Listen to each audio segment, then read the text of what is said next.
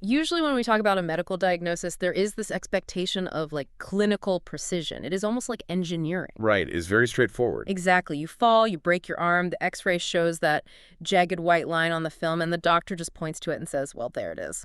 Yeah, it is a very comforting binary, right? God. Broken or not broken. It is entirely visible, quantifiable, and neatly categorized.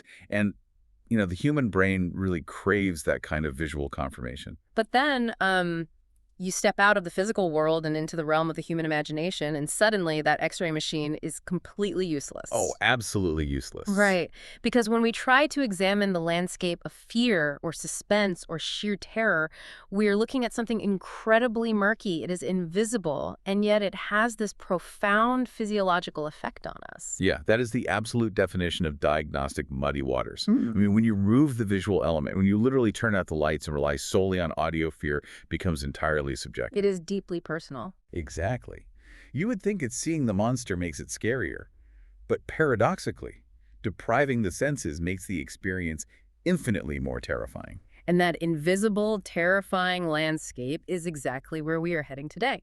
Welcome to the deep dive, everyone. It is great to be here. This is a fascinating topic. It really is. Okay, let's unpack this.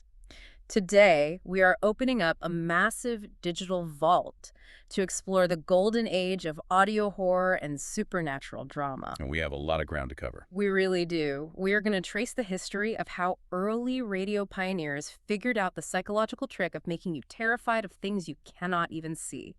We are pulling from internet archive vaults filled with old-time radio broadcasts, BBC recordings, and academic papers on transatlantic ghost dramas. And we will be looking at everything from 1930s American pulp thrillers to the BBC's literary ghost stories. Right. And crucially, we have to look at why the library preserving this entire century of cultural heritage, which is the Internet Archive, is currently fighting for its literal life. Yeah, to really grasp the stakes of what might be lost here, we need to completely reset our modern expectations of entertainment. What do you mean by that? Well, think about where you are right now as you listen to this. Now, strip away your smartphone, your high-definition television, your tablet. Just picture a quiet, shadowy room in the 1930s. Okay, setting the scene. Right. The air is slightly dusty. The only illumination in the entire room is the warm, flickering orange glow of vacuum tubes from a wooden radio set. Oh, wow, yeah, that is a vibe. It is.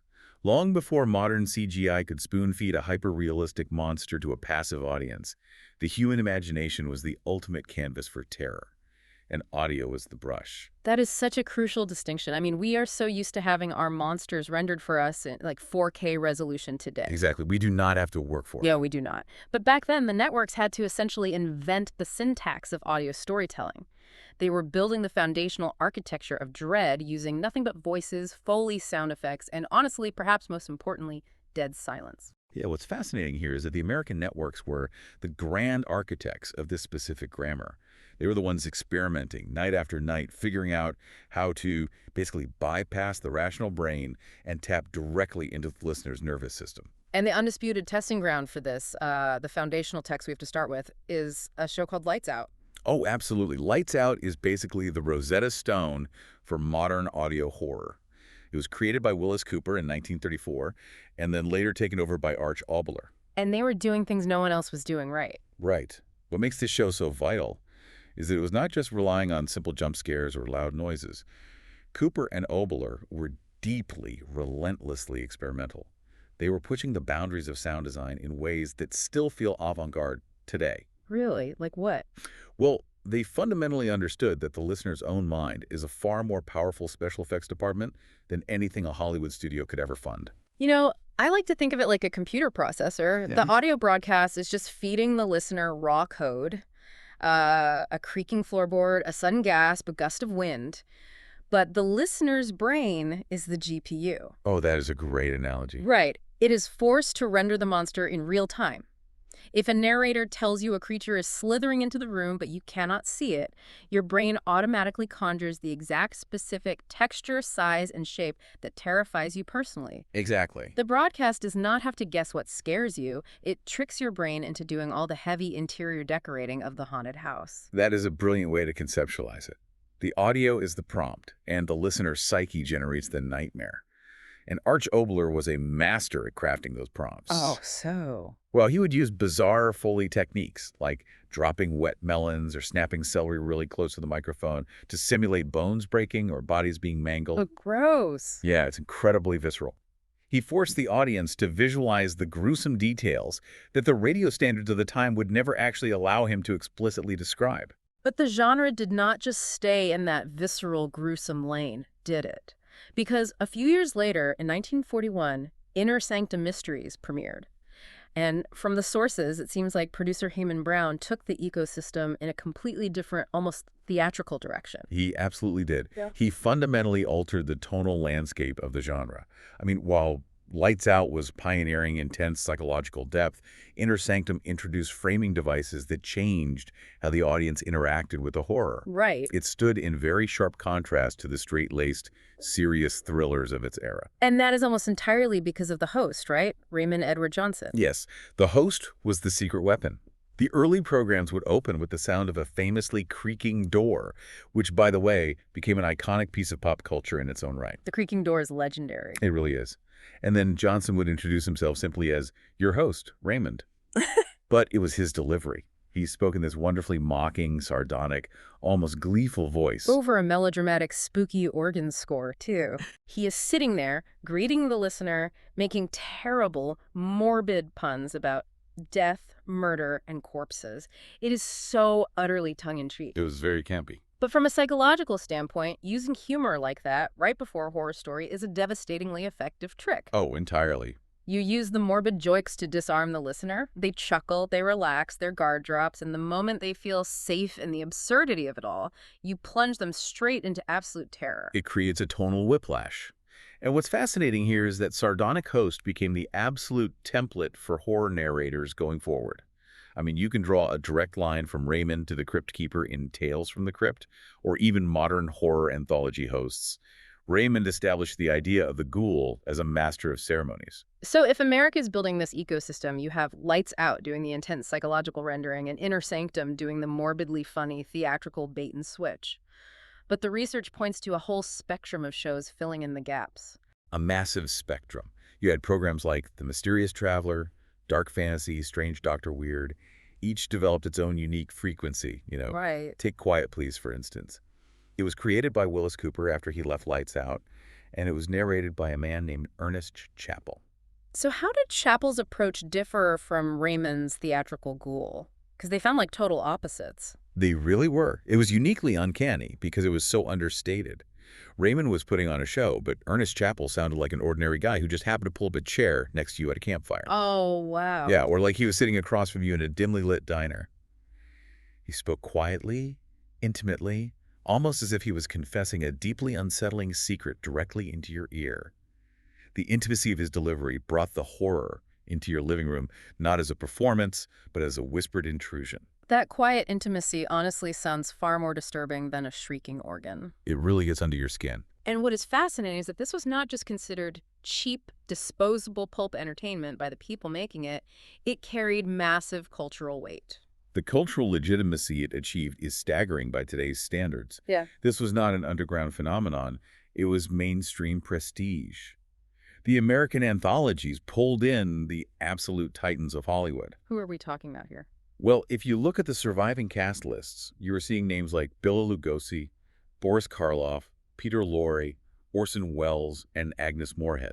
I mean, when you have Orson Welles stepping up to a microphone to read a pulpy horror script, he is not treating it like a joke. No, not at all. He is delivering those lines with the exact same gravity and theatrical weight as a Shakespearean soliloquy. That immediately elevates the medium for you.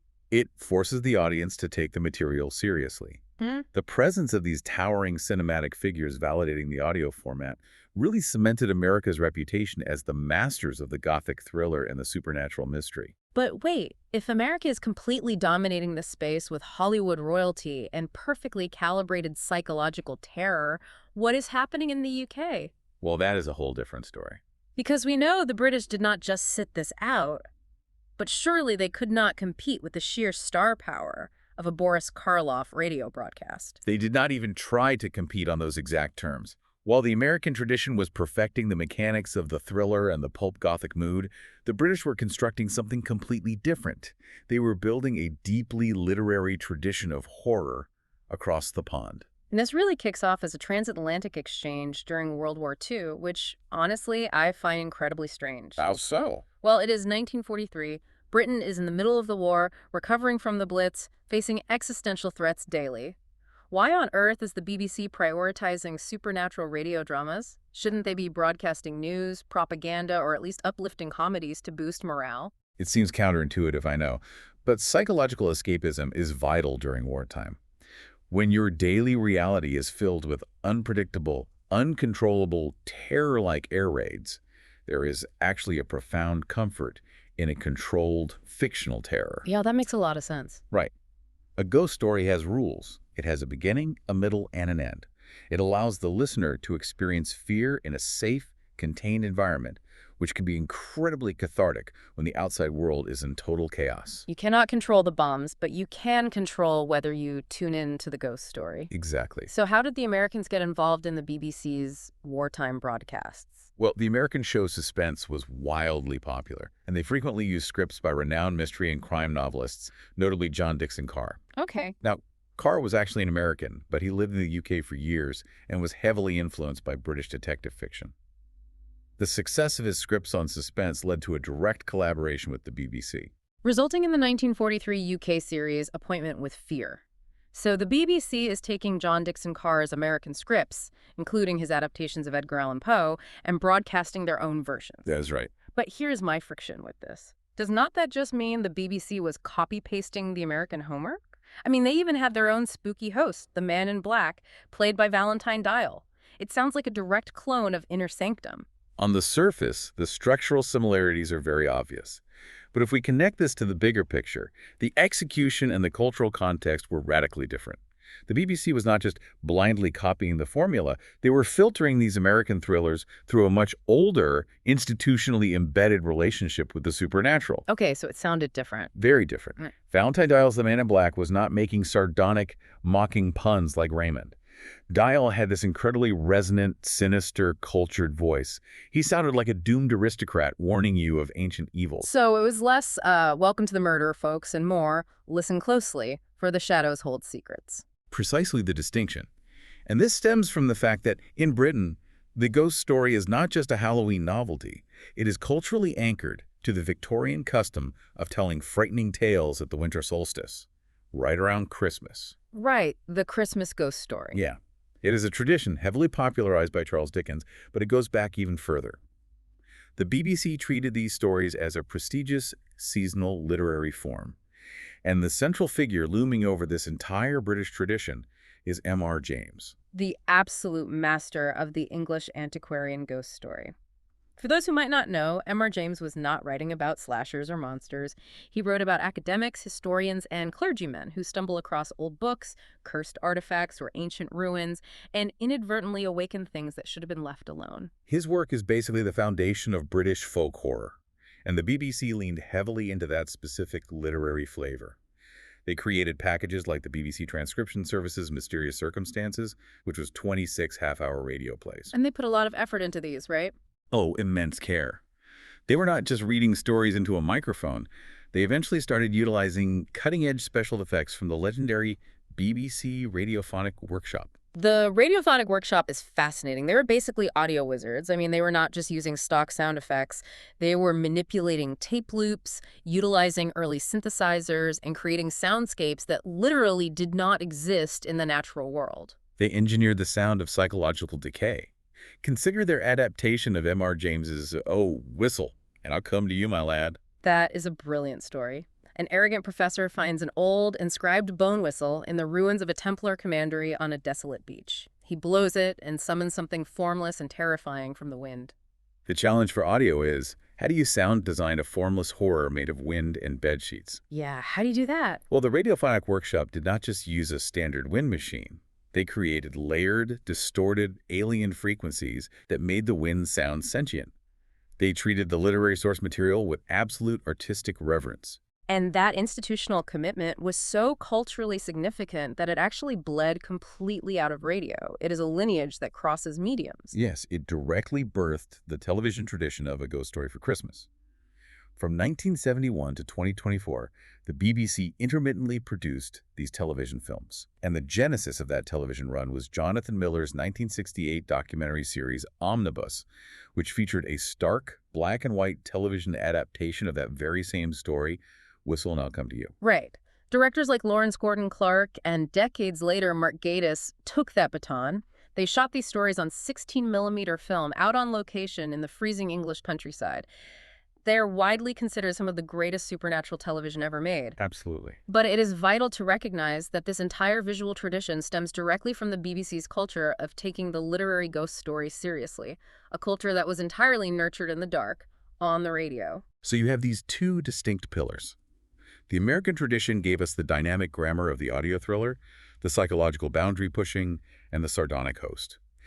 The British tradition gave us the reverence for the antiquarian ghost story, the atmospheric dread, and the legacy of M.R. James. Now, a logical assumption would be that this was all just a product of its era. Sure. You know, the 1930s and 40s happen, World War II ends, the 1950s roll around, and television explodes. Suddenly, there is a glowing box with moving pictures in every living room. You would think audio horror would just quietly fade into total obscurity, relegated to museum archives. But it didn't. No, audio horror is incredibly resilient. It acts like a virus. It does not die. It simply mutates, lies dormant, and finds new hosts.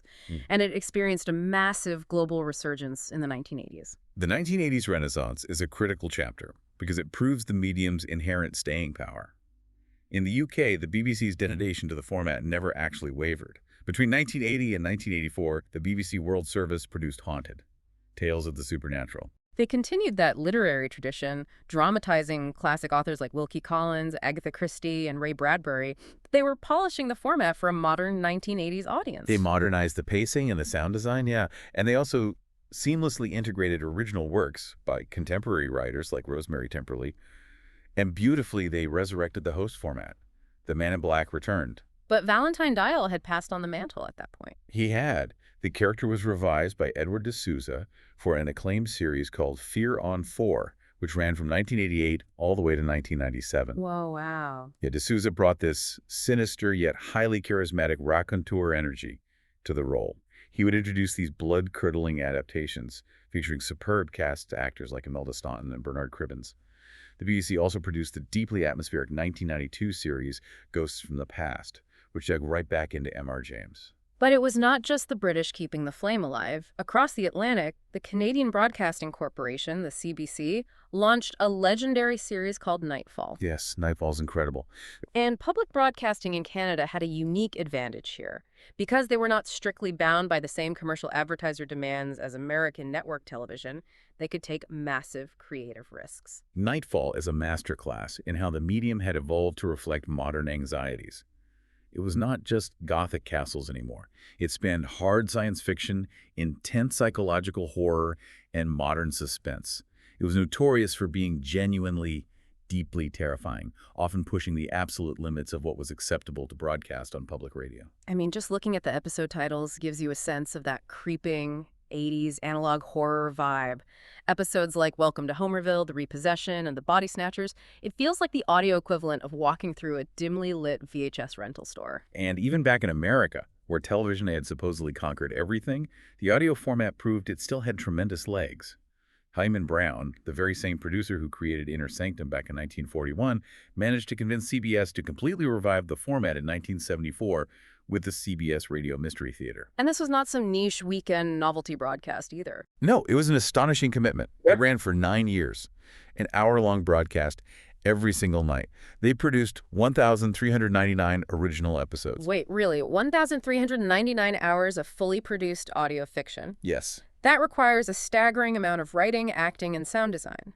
What that massive output proves is that audiences never truly lost their appetite for the specific intimacy of listening to a story in the dark. Television did not replace that feeling, it just provided a different one. Exactly. It proves that radio drama didn't die. It's specialized. In the Golden Age, radio was the primary source of all family entertainment.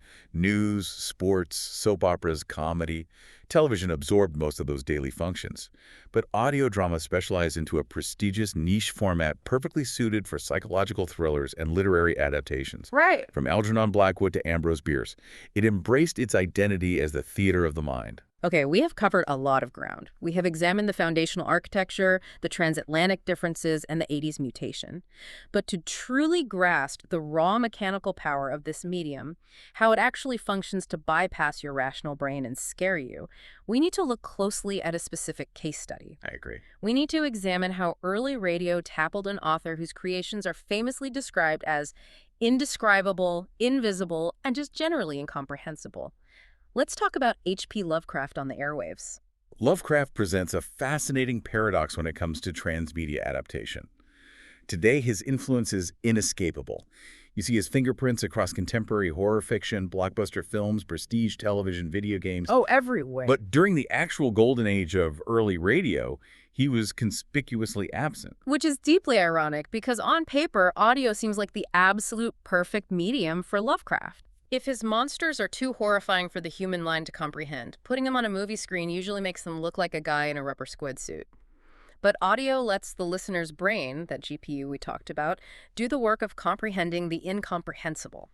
Why was not his work all over the radio? The primary obstacle was Lovecraft himself.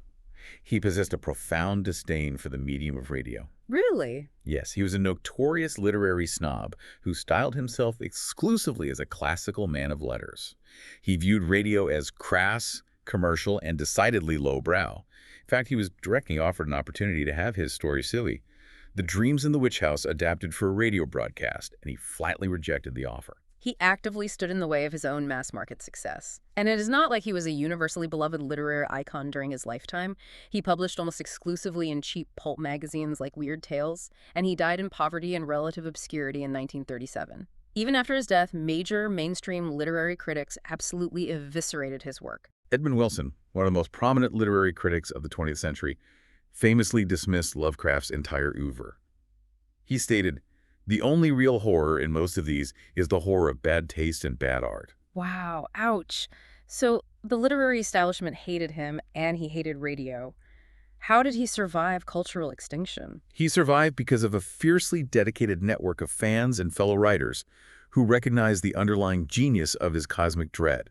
Figures like Earl Pierce Jr., who wrote a glowing, prophetic tribute in Weird Tales predicting Lovecraft's future recognition. Okay.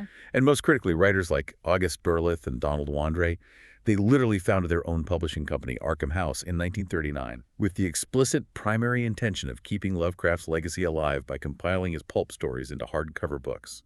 So his friends painstakingly rescue his legacy in print, but the leap to audio still has to happen, and it finally does in a massive way in 1945. The premier American radio show, Suspense, decides to attempt the impossible. They adapt Lovecraft's The Dunwich Horror.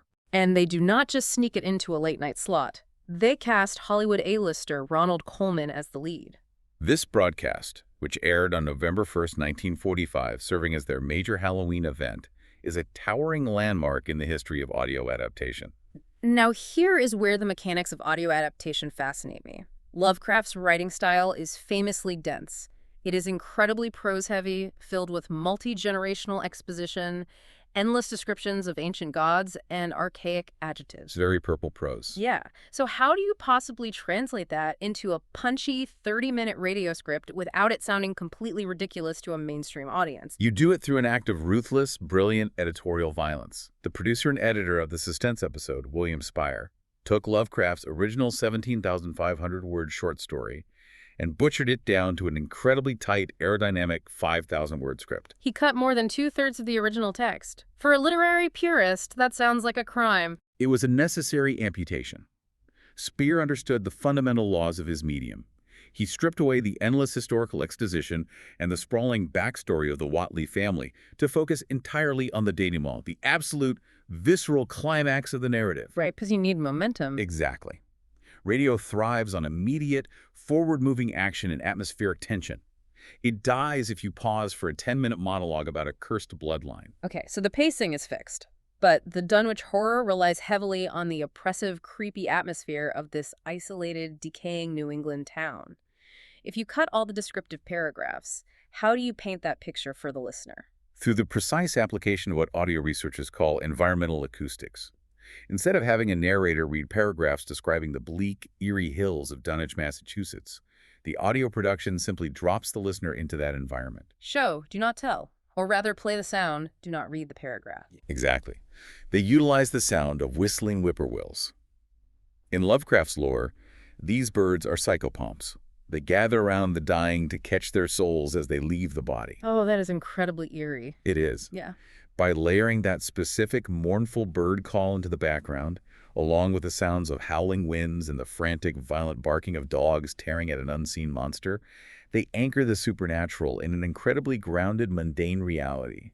They also relied heavily on actors using thick, colloquial New England dialects to instantly establish the geographic and cultural isolation of the setting. That anchors the environment perfectly. But we still have the elephant in the room, the monster. The creature on Sentinel Hill is supposed to be a giant, invisible mass of tentacles and mouths. If it is invisible in the story and the medium is audio, how do you make the listener feel the scale of its horror? This is where William Spire elevated the adaptation from a simple play to a meta-narrative masterpiece. He blurred the lines of reality. The protagonist, Henry Armitage, played by Ronald Colman, does not just read a diary or narrate to himself. What does he do? The play opens with a radio call. "Come in, Dunwich, Massachusetts." And Armitage answers from a transmitter in his laboratory. He speaks directly through the radio to the listener at home. He tells you that the purpose of this broadcast is to make this unbelievable apocalyptic horror believable to you. He shatters the fourth wall. He makes the listener an active participant. You are not just passively hearing a campfire story. You are listening to a desperate live dispatch from an ongoing monster attack. It fundamentally changes the relationship between the art and the audience. And Spear saves his best trick for the climax. Right. When Armitage climbs Sentinel Hill and uses a magical powder to make the invisible monster momentarily visible to the locals, his assistant screams in absolute blood-curdling terror.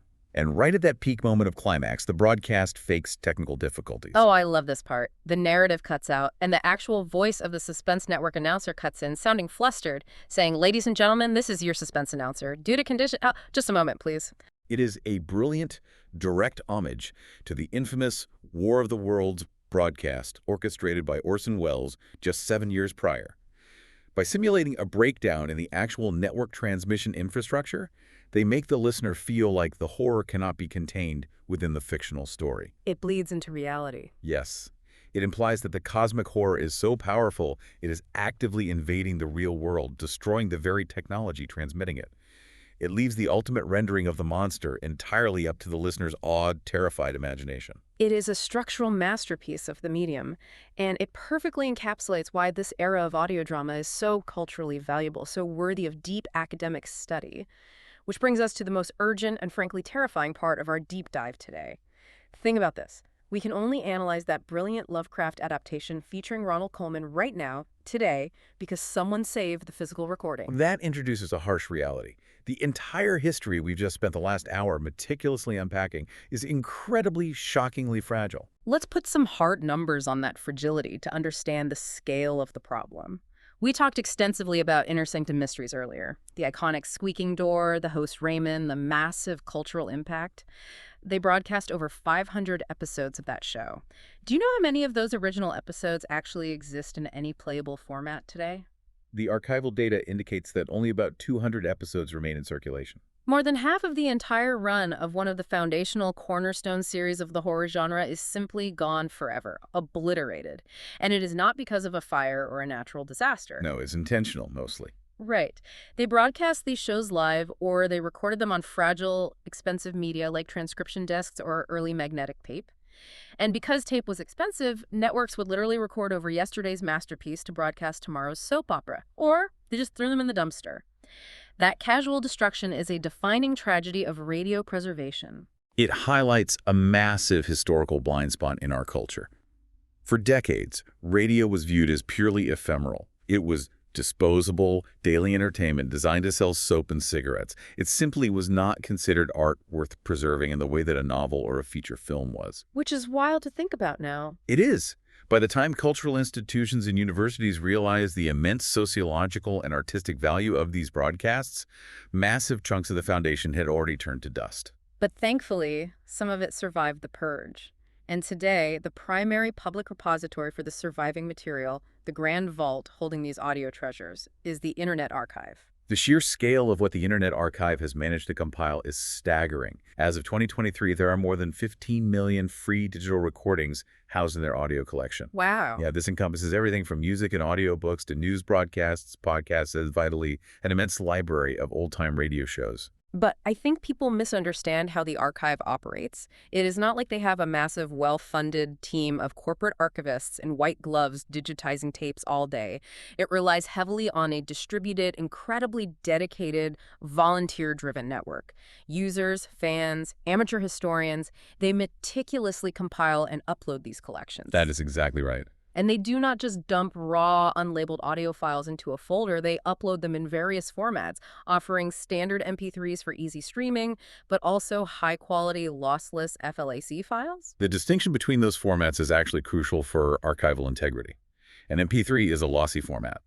To make the file size smaller and easier to download, the software algorithm literally throws away audio data that it determines the human ear cannot easily perceive. It shaves off the edges of the sound. Okay.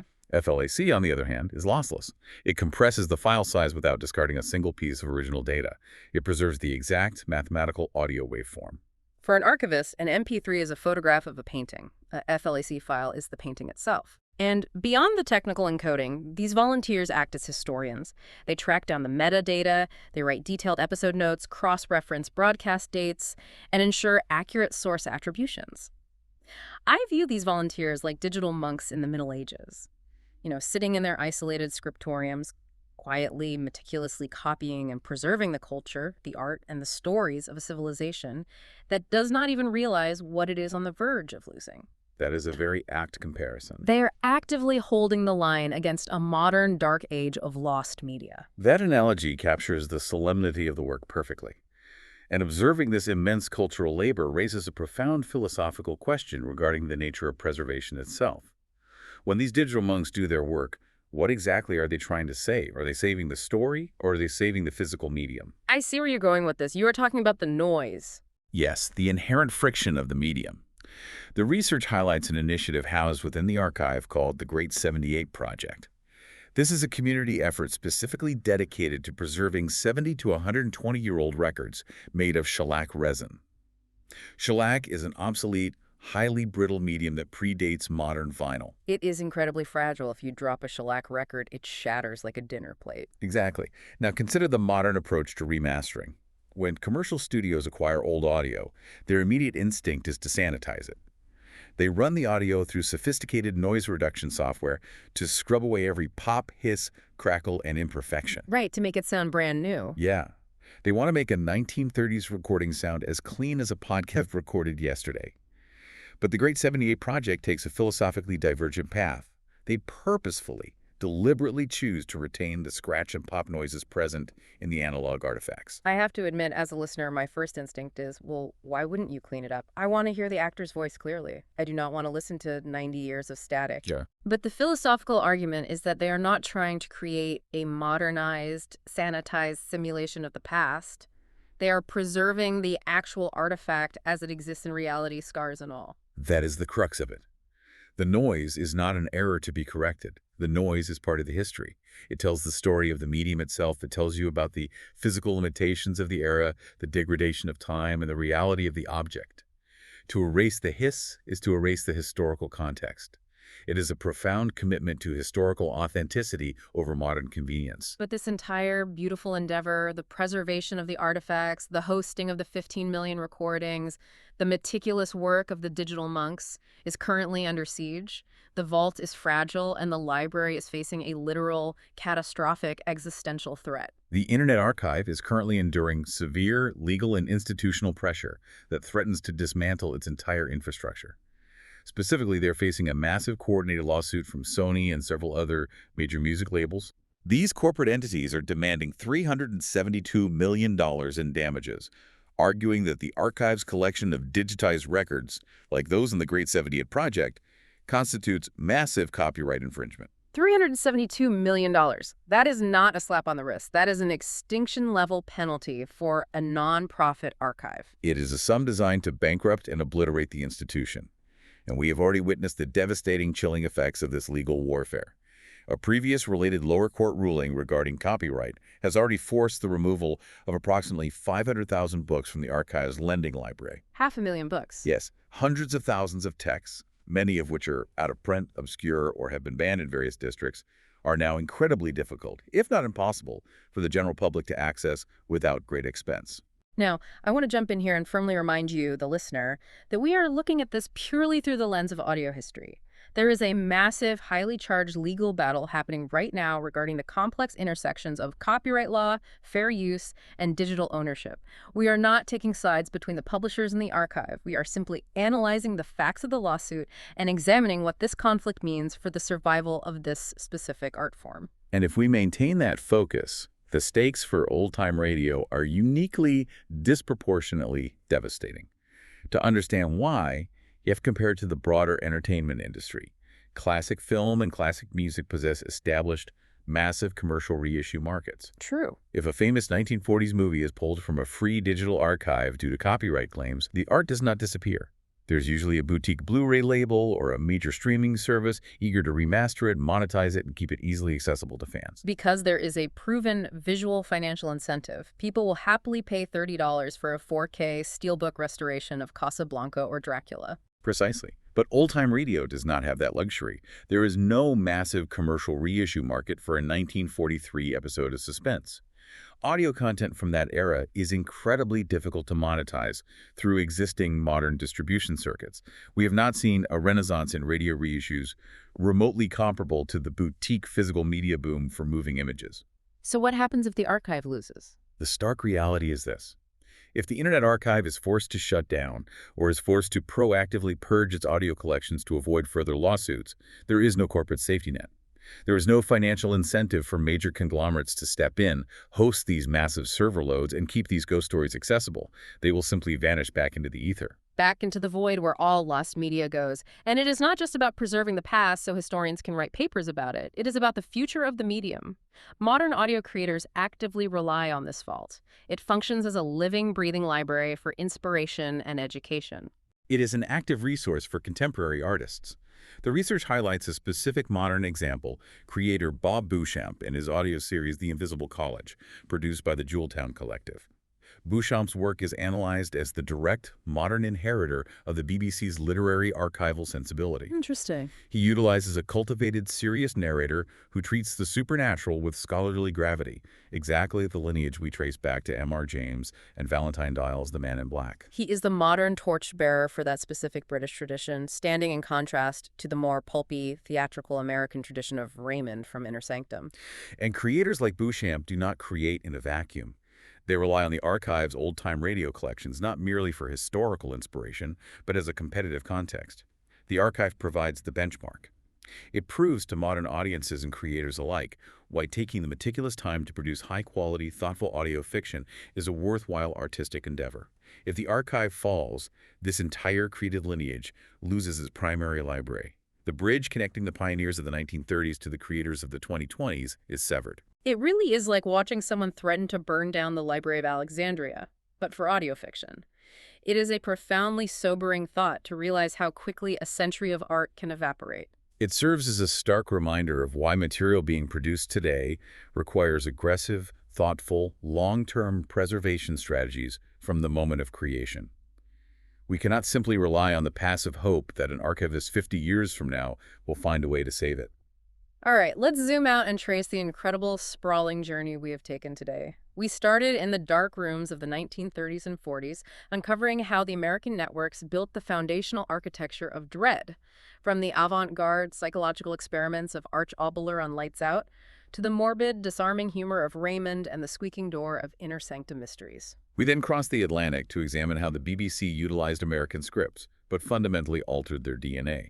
They filtered them through their own deeply ingrained Victorian tradition of the literary winter solstice ghost story, creating a lineage of atmospheric antiquarian dread that eventually birthed visual masterpieces like A Ghost Story for Christmas. We tracked the resilient virus of audio horror as it mutated and sparked a massive global revival in the 1980s, proving its staying power with the terrifying Canadian sci-fi boundaries of Nightfall and the staggering 1,399 episode endurance of Herman Brown's CBS Radio Mystery Theater. We analyzed the mechanics of a masterclass in adaptation, exploring how William Spear and Ronald Colman managed to translate the famously indescribable, prose-heavy cosmic horrors of H.P. Lovecraft onto the airwaves. We saw how they used environmental acoustics and fake network breakdowns to force the listener's own imagination to render the terrifying scale of the monster.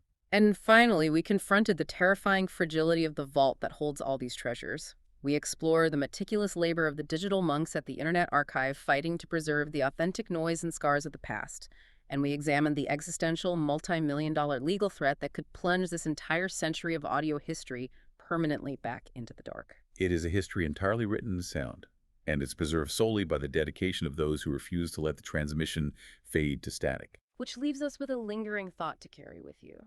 We often think of ghosts in the traditional sense as spirits trapped in old Victorian houses, doomed to pace the same hallways and repeat the exact same actions forever. But if you think about it right now, the real ghosts of the 20th century, the disembodied voices of Boris Karloff, Orson Welles, Valentine Dyal, and Ronald Colman, they are trapped in digital servers. And if those servers are unplugged, if the lawsuits successfully dismantle the library, those ghosts do not get the luxury of haunting us anymore. They do not get to repeat their actions. They just cease to exist. So the ultimate question for all of us who love these stories is this: will you be the one to listen, to preserve, and to keep their voices alive, or will you just let the lights go out for good?